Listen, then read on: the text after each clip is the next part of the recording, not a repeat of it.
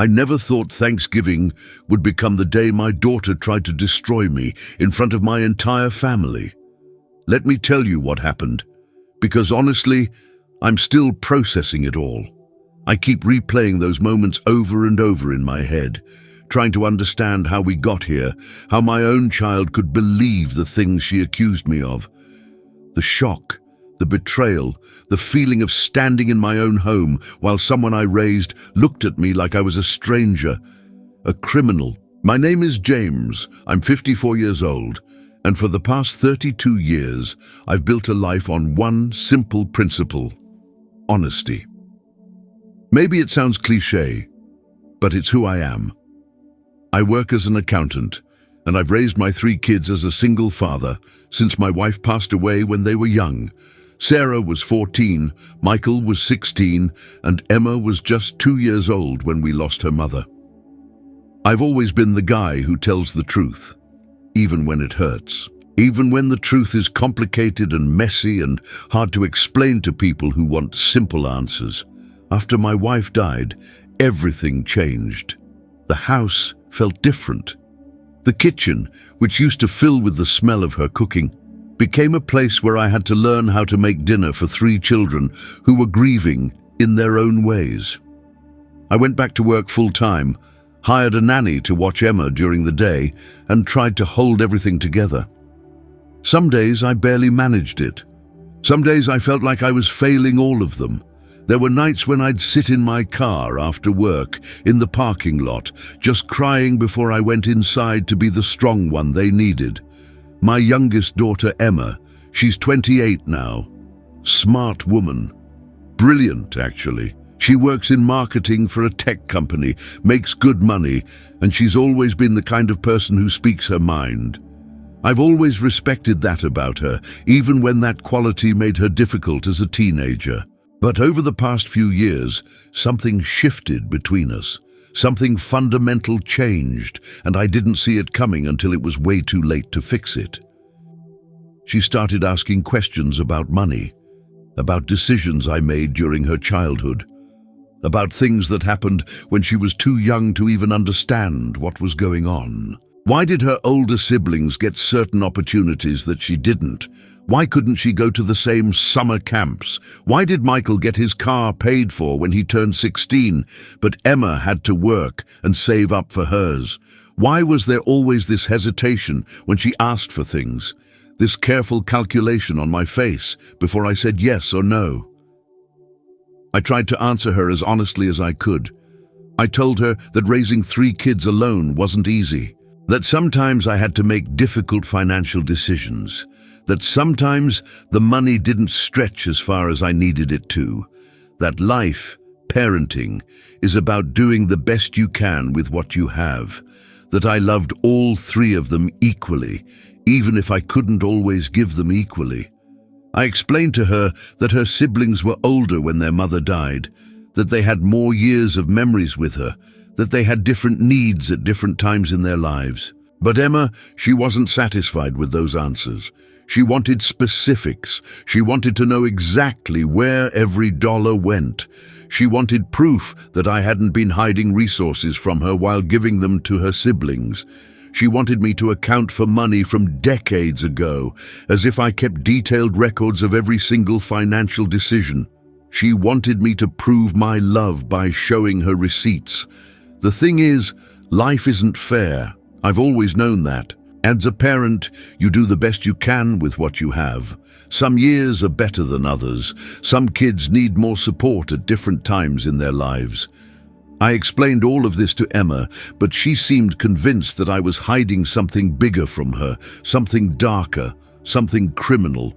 Last month, she called me out of nowhere and said she wanted to have a serious conversation about my finances and some allegations she'd been looking into. I have no idea what allegations she was talking about, but I agreed to meet with her. We sat down at a coffee shop on a Wednesday afternoon, and she laid it out for me like she was building a case in court. "Dad," she said, looking me dead in the eye, not blinking, "I think you've been lying to us our whole lives about money. I think you made more than you told us, and I think you've been hiding assets, offshore accounts, hidden investments, things you never told any of us about. I was stunned. Where was this coming from? I asked her what proof she had, and she said she'd been talking to a retired federal agent who could help her investigate. An actual federal agent, like I was some kind of criminal who needed to be exposed. Like I was Bernie Madoff instead of a single father who worked 60-hour weeks to keep his kids in private school. I remember laughing, honestly. I thought she was joking, but the look on her face told me she was completely serious. She said this investigation was going to happen whether I cooperated or not, and that she was planning to bring everything to light at Thanksgiving dinner, in front of the whole family, in front of everyone. That's when my stomach dropped. Thanksgiving was 2 weeks away. My family, all of us, gathered at my house like we do every year. Michael with his wife and 2 kids, Sarah with her husband and their 3 children. Emma and my closest friends who we've basically adopted into the family over the years. It's always been this beautiful, chaotic mess of people I love around my dining room table. 30 people sometimes, kids running around, adults laughing, someone always telling a story or making a joke.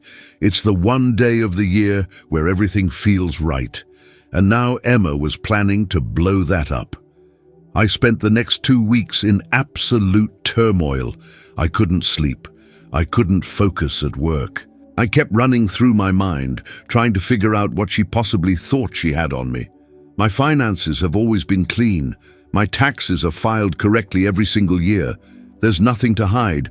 But when your own daughter says she's hired someone to investigate you, doubt creeps in. You start thinking about every decision you ever made, every mistake, every moment where you didn't know exactly what the right choice was. Did I make a wrong move with the life insurance money? Was there something I forgot? Some account I opened and closed? Some investment that looked suspicious? I lay awake at night going through every financial decision of the past 30 years, like I was interrogating myself. The morning of Thanksgiving arrived, and I was a wreck. I woke up at 5 in the morning and just sat on my couch in the dark, thinking about how a day that's supposed to be about gratitude and family was about to turn into something ugly. Something that might damage relationships I'd spent decades building. Something that might make my grandchildren ask me questions I didn't know how to answer. By the time my kids and their families started arriving around 2 in the afternoon, I'd prepared myself emotionally. I was ready for whatever was coming, or at least I thought I was. I'd rehearsed conversations in my head. I'd thought about what I would say, how I would defend myself, how I would explain my financial decisions to a man with a badge and a folder full of documents. Michael arrived first with his family, and immediately I could sense something was off. He was distant with me, which was weird because Michael and I have always been close. He barely hugged me when he came in, and he took his kids directly to the den instead of helping me in the kitchen like he usually does. Sarah came next, and she seemed uncomfortable, almost nervous. She kept looking at me like she was waiting for something to happen, like she was dreading it. Then Emma showed up, and she wasn't alone. A tall man in his 60s with grey hair and the kind of posture you only get from decades in law enforcement walked in behind her. He was carrying a leather folder, and the moment I saw it, I knew this was real. This was actually happening. This wasn't a bluff or a scare tactic. She had really done it. Emma's face was determined, almost cold. She looked around at everyone who'd arrived so far and said, "We're all here now. I think it's time everyone heard the truth about who Dad really is. I think it's time we all knew what he's been hiding." My heart was pounding so hard, I thought it might break through my ribs. Michael stood up from the couch. Sarah's face went pale.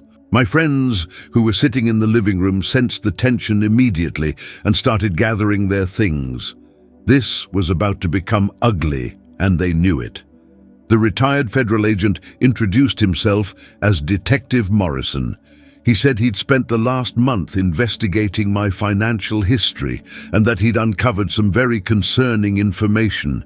Very concerning. He opened his leather folder, and I could see papers, documents, receipts, all organized and labeled with tabs. "Mr. James," Detective Morrison said, looking directly at me with the kind of gaze that comes from years of interrogating suspects, "I'd like to discuss your offshore accounts. I'd like to discuss the money you've been hiding from your family." My blood went cold. Offshore accounts? I don't have offshore accounts. I've never had offshore accounts. My entire financial life has been in the United States, completely transparent, completely legitimate. I file my taxes on time every single year. I've never had a single audit. I've never had a single problem with the IRS. But hearing those words come out of his mouth, in my own home, in front of my family on Thanksgiving, made me question everything I knew about myself. I said so immediately. I told him he was mistaken, that whatever he thought he found, it wasn't mine. I told him there had to be some kind of error, some kind of confusion with someone else's accounts. But even as I was saying it, I could see the looks on my children's faces. Michael looked disappointed, Sarah looked scared, and Emma looked like she'd already won. "I don't have any hidden money," I said, my voice steady, even though everything inside me was shaking like an earthquake. "I don't know what he found, but it's not mine. Show me the account numbers. Show me the evidence. Let's clear this up right now." Detective Morrison slid a piece of paper across the table toward me. His hands were steady. He'd done this before.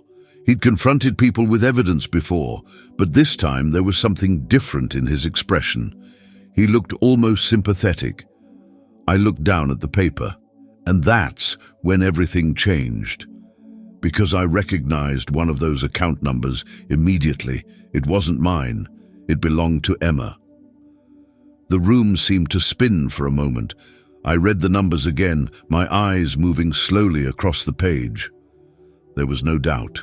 That account was registered to Emma Williams, not to James Williams, not to me, to her. "That's your account number," I said quietly, looking at Emma across the room. My voice was calm, but inside I was screaming. "That's your account." "Don't lie, Dad," Emma said. But there was something in her voice now that wasn't there before. A slight tremor. A crack in the certainty she'd been carrying into this room like a shield.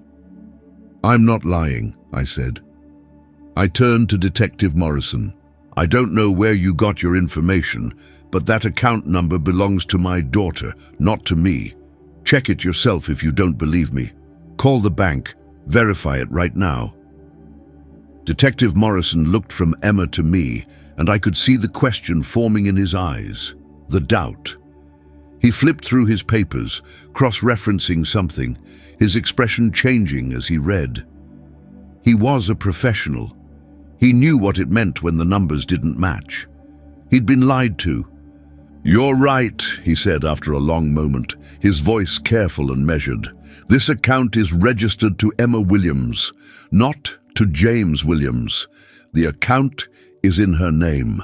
I apologize." The silence in my living room was absolute, complete. You could hear the grandfather clock ticking in the hallway. You could hear the soft sound of my grandchildren playing with toys in the den, completely unaware that their world was shifting. Nobody in that room with us was moving. Nobody was breathing. Emma's face had gone completely white. Her hands were shaking. "That can't be," she whispered, looking at the papers in Morrison's hands like they were something toxic. "Those weren't supposed to be." "Where did this information come from?" I asked Detective Morrison, though I was still looking at my daughter, looking at her face, looking for answers. Show me exactly what led you to believe I had offshore accounts. Show me what my daughter told you to make you believe that." Morrison shuffled through his papers, clearly uncomfortable now. The man went from being a confident investigator, ready to take down a financial criminal, to someone who realized he'd been played, who realized he'd been used.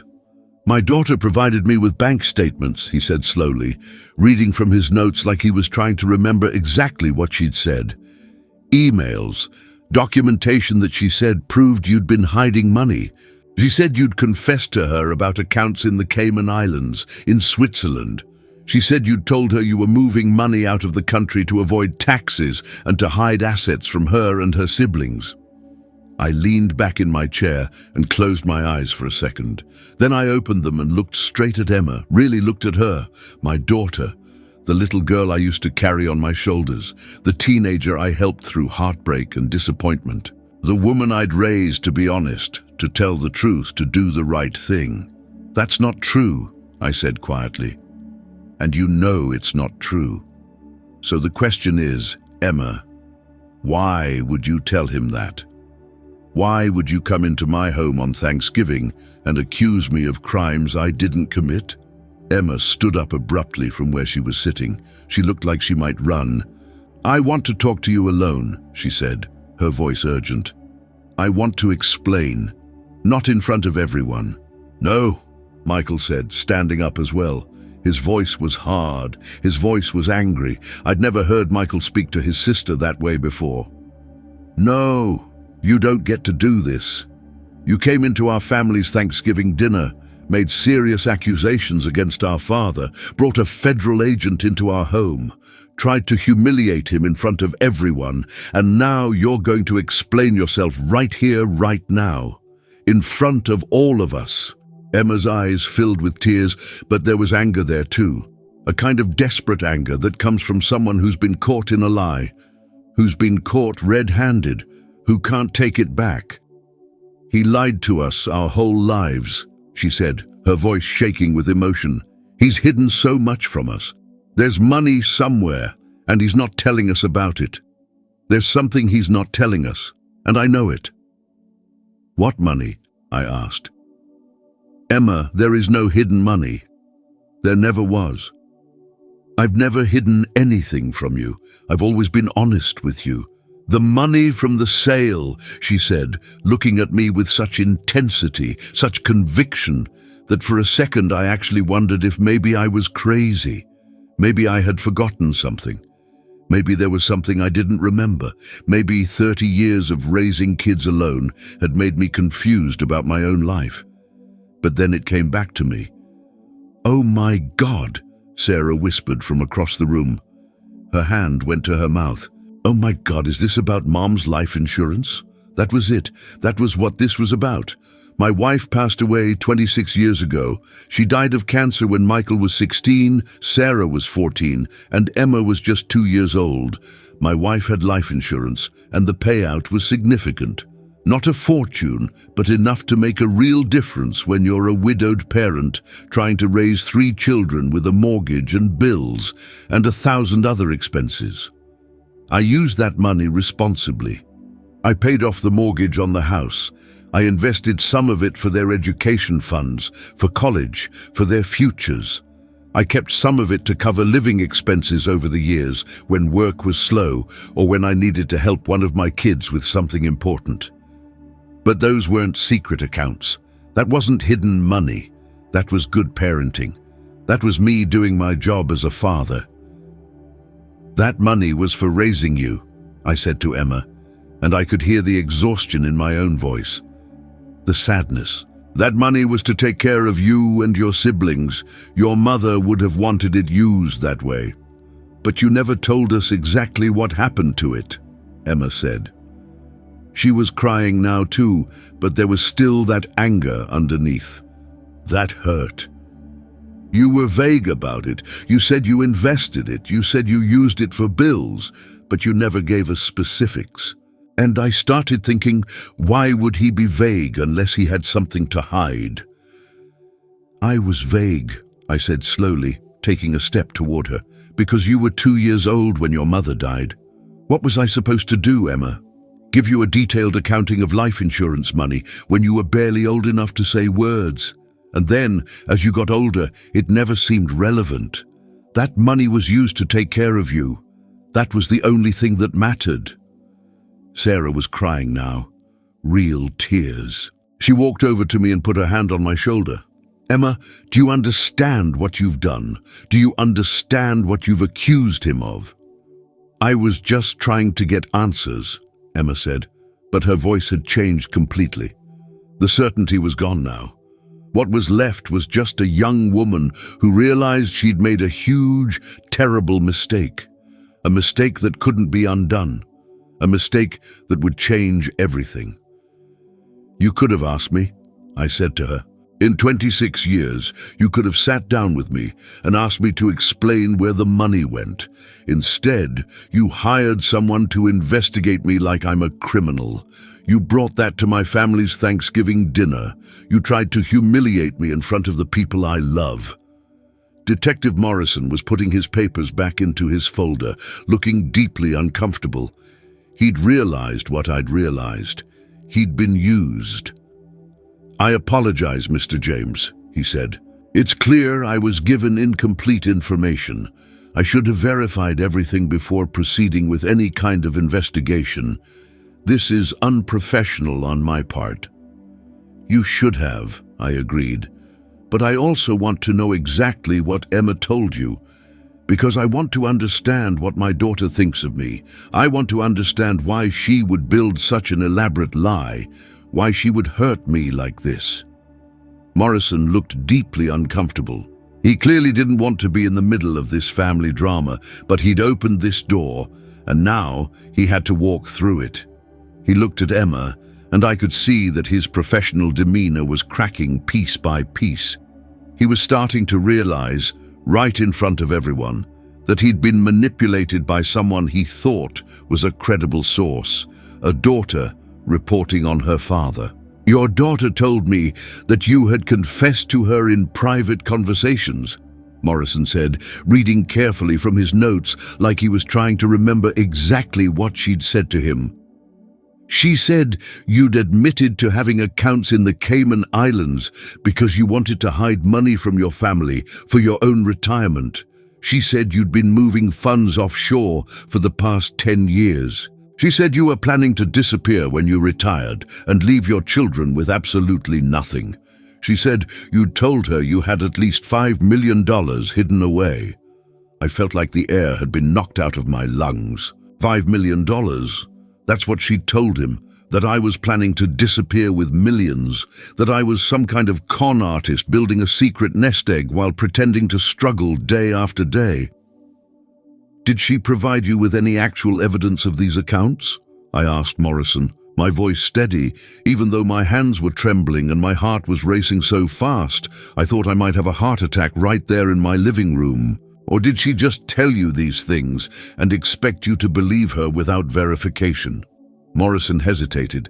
That hesitation told me everything I needed to know. He was a professional, and professionals don't hesitate like that unless they know they've made a mistake. A big one. "She provided bank statements," he said slowly, and I could hear the regret in his voice now. "Emails that she said were from you discussing the transfers. But now that I'm looking at them more carefully with fresh eyes, I see that the accounts are in her name. I see that the emails, they look like they might have been doctored. I see now that I should have verified this information independently before coming here. This is my fault. I should have known better." Michael stood up abruptly from where he was sitting and walked over to Emma. His face was flushed red with anger. "Michael is the eldest, and he's always felt responsible for this family. He's always been the protector, the one who steps in when things get difficult, the one who carries the weight of keeping us all together. And right now, he looked like his heart was breaking in real time." "Emma, what the hell were you thinking?" he said, his voice tight with emotion. "What were you thinking? Do you understand what you've done? You've accused Dad of federal crimes. You've brought an investigator into our home. You've tried to make him look like a criminal in front of his entire family on what's supposed to be one of the most sacred days of the year." Emma was sobbing now, real gut-wrenching sobs that shook her entire body and made her gasp for breath. But I couldn't feel sympathy yet, not yet. The hurt was too fresh, the betrayal was too raw, the shock was still ringing in my ears like an alarm that wouldn't shut off. "I just wanted to understand," she cried, her voice breaking. "I just wanted him to tell me the truth about everything. I wanted him to explain why life was always so hard for me compared to you guys. Why I always felt like there wasn't enough. Why I always felt like he was keeping secrets from me. Why I felt like I didn't matter as much." "Because there were no secrets," Sarah said quietly. She was standing next to me now, and I could feel her trembling as well. Her hand was gripping my arm like she was trying to anchor herself to something solid. "Because Dad did the best he could with what he had. Because he was a single parent raising 3 kids alone, and life was hard, and sometimes hard things don't have good explanations. Sometimes they just hurt. Sometimes they just are what they are." I sat down on the edge of the couch because my legs suddenly didn't feel strong enough to hold me up. I felt exhausted, completely and utterly drained. Like someone had reached inside my chest and taken everything out and left just an empty shell behind. My daughter had just tried to destroy me, had brought a federal investigator to accuse me of crimes, and now she was crying because she felt misunderstood. "Emma," I said, and my voice was quiet, but it cut through the room like a knife. It cut through all the noise and the emotion and the chaos. "I need you to tell me why. I need you to tell me the real reason you did this. Not the story about feeling left out. Not the story about wanting answers. The real reason you would do something this devastating." Emma looked at me, and her face crumpled. She looked so young in that moment. She looked like the little girl who used to run to me when she was scared, who would climb into my lap when she had nightmares, who would ask me to explain why the sky was blue and why people died. "Because I felt like you loved them more than you loved me," she whispered, and those words seemed to hang in the air like poison. "Because I felt like you were always choosing them over me. Because I've spent my whole life feeling like I was less important than your other kids, like I was an afterthought, like you were just doing your duty by raising me, but you didn't actually want me." The words hung in the air between us, and suddenly I understood. This wasn't about money at all. This wasn't about hidden accounts or offshore investments. This was about Emma feeling like she didn't matter. This was about a little girl who lost her mother before she could even form real memories of her face, who grew up watching her siblings have memories with their mother that she didn't have, who felt like she was somehow less loved because she didn't have those shared experiences. And that broke my heart in a completely different way. It broke it in a way that no accusation could have. "Emma," I said, and I crossed the room and took her hands in mine. They were small and cold. "I have never, not for one single second, loved you less than your siblings. I have never felt like you were less important. I have never wished that you weren't here. I have spent every single day of the last 28 years trying to give you everything I could. Every decision I made with you in mind." "Then why couldn't you just tell me about the money?" she asked, tears streaming down her face like a river. "Why did it have to be a secret? Why did I have to feel like you were hiding something from me?" "Because it wasn't a secret," I said, and my voice was gentle now.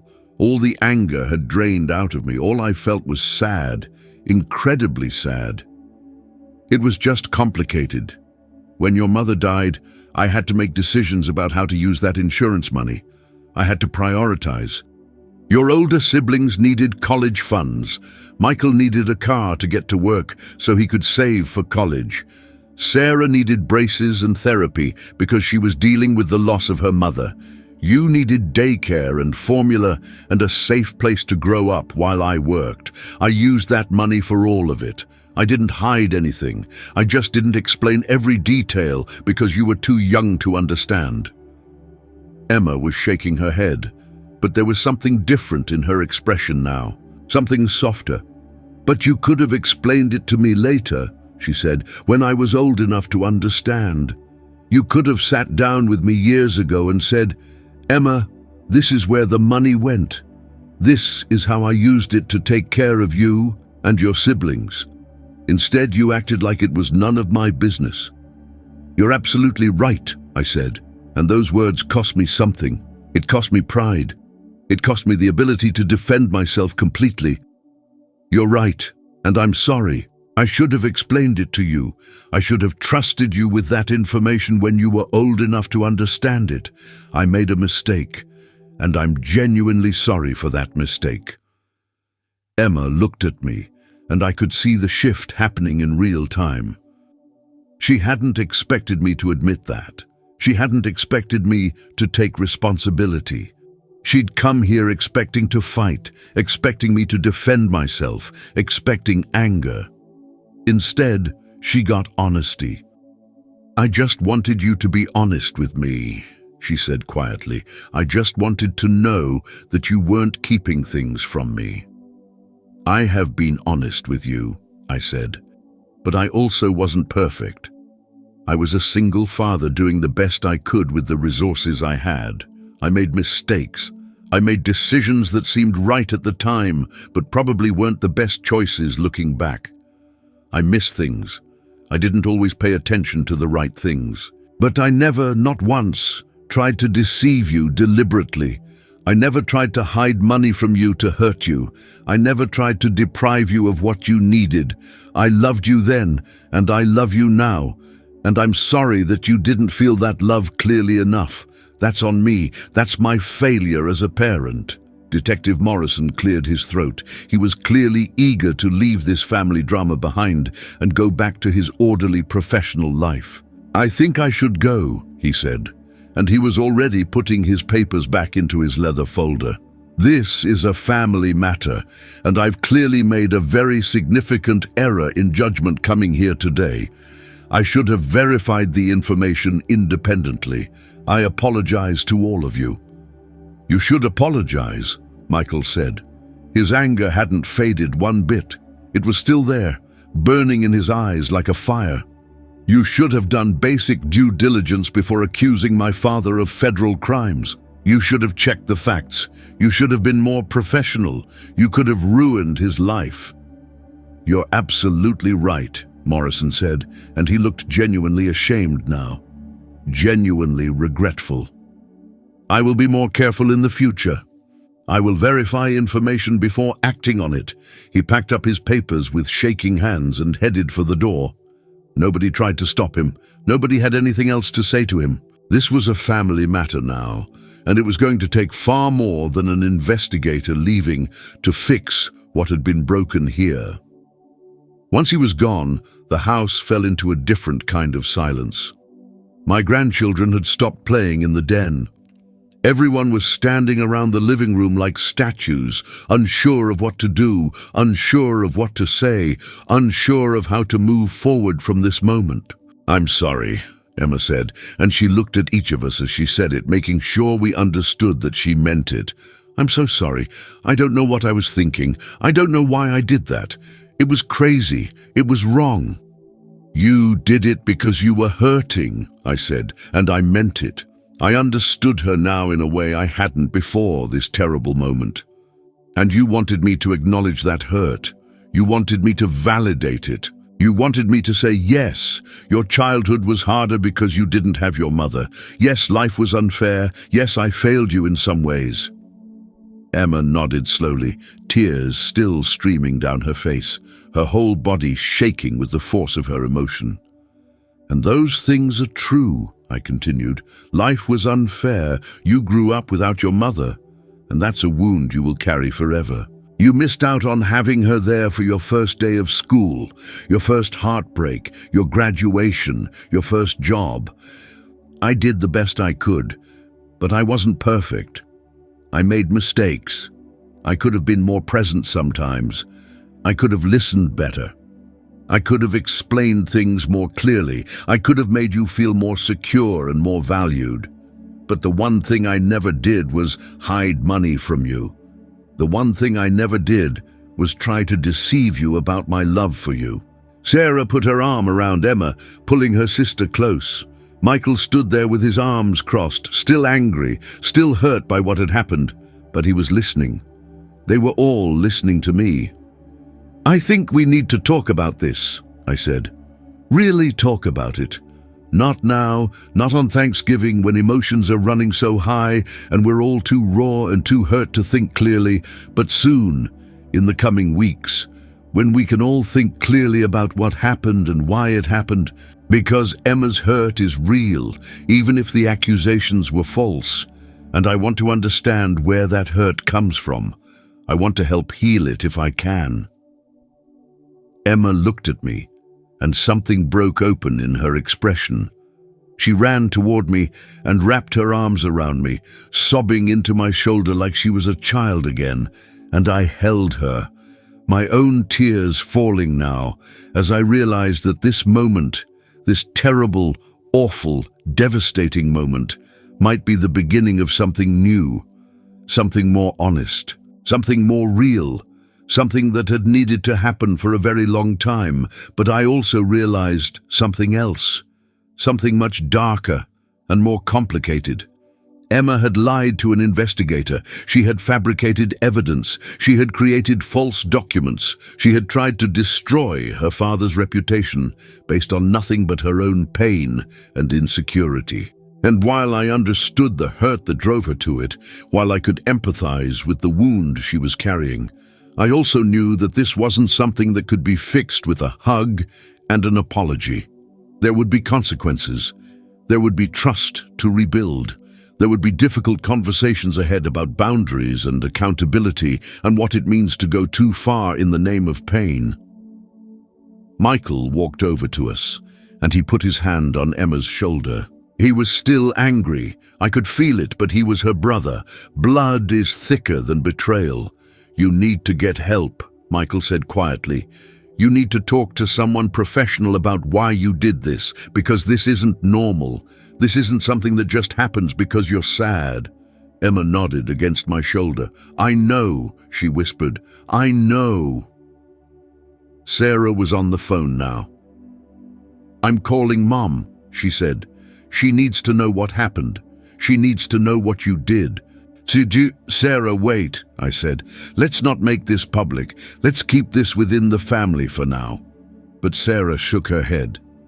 She's family, Dad. She deserves to know. She was right.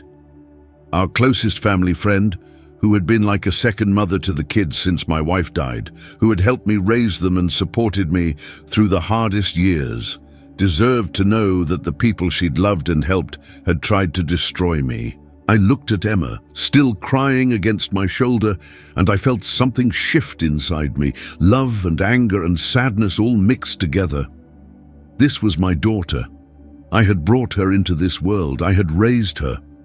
And she had just tried to ruin me. Why did you really do this? I asked her. And I want the truth, not the version about feeling unloved, not the version about wanting answers. Why did you do this? Emma pulled back and looked at me. Her face was blotchy from crying. Her eyes were red and swollen.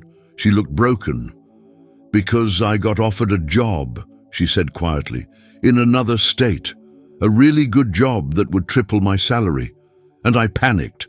I panicked because it meant leaving you. And I realized that I didn't know if you actually cared about me leaving. And I started thinking that maybe you wouldn't even notice. Maybe you'd be relieved. And I got so angry at you for making me feel that way that I decided to, I don't know, to test you, to see if you'd fight for me. I stared at her. She'd done all of this because she was scared I wouldn't fight for her. She'd hired a federal investigator to accuse me of crimes because she needed to know that I loved her enough to defend myself. She'd fabricated evidence and lied to a stranger because she needed validation. Emma, I said slowly, there were other ways to tell me you needed reassurance. There were so many other ways. I know, she said. I know that now. I don't know what I was thinking. I was terrified. Michael walked out of the living room without saying anything. He went upstairs to his family's bedroom and closed the door. Sarah was still on the phone, and I could hear her voice getting quieter, more private. I sat down on the couch with Emma, and we sat there in silence for a long time. The turkey was still in the kitchen, never roasted. The table was never set. The family dinner that was supposed to bring us together had turned into the day that almost tore us apart. I'm going to need you to do something for you, I said finally. I'm going to need you to call Detective Morrison and tell him the truth. I'm going to need you to explain that you made up the accusations and fabricated the evidence. Okay, Emma said. Okay, I will. And I'm going to need you to see a therapist, I continued. Because whatever is going on inside you, whatever made you think this was an acceptable way to handle your feelings, that needs to be addressed with professional help. Okay, she said again. And I'm going to need time, I said. I'm going to need time to trust you again, because you broke something today, Emma. You broke the trust that exists between a parent and a child. And I don't know if I can fix that quickly. Emma started crying again. I'm sorry, she kept saying. I'm so sorry. And I believed her. I believed that she was sorry. I believed that she regretted what she'd done. But belief and forgiveness aren't the same thing. And trust, once broken, doesn't come back just because someone says they're sorry. The rest of the evening passed in a haze. Sarah came back downstairs and told me she'd explained everything to our family friend. Michael came down later, and we ordered pizza for dinner instead of Thanksgiving turkey. Nobody talked much. There wasn't anything left to say. My grandchildren asked why there was no big dinner. I told them that sometimes families have difficult days, and this was one of them. I told them that everyone would be okay. I wasn't sure if that was true, but it was what needed to be said. As night fell and my kids and their families prepared to leave, Emma lingered.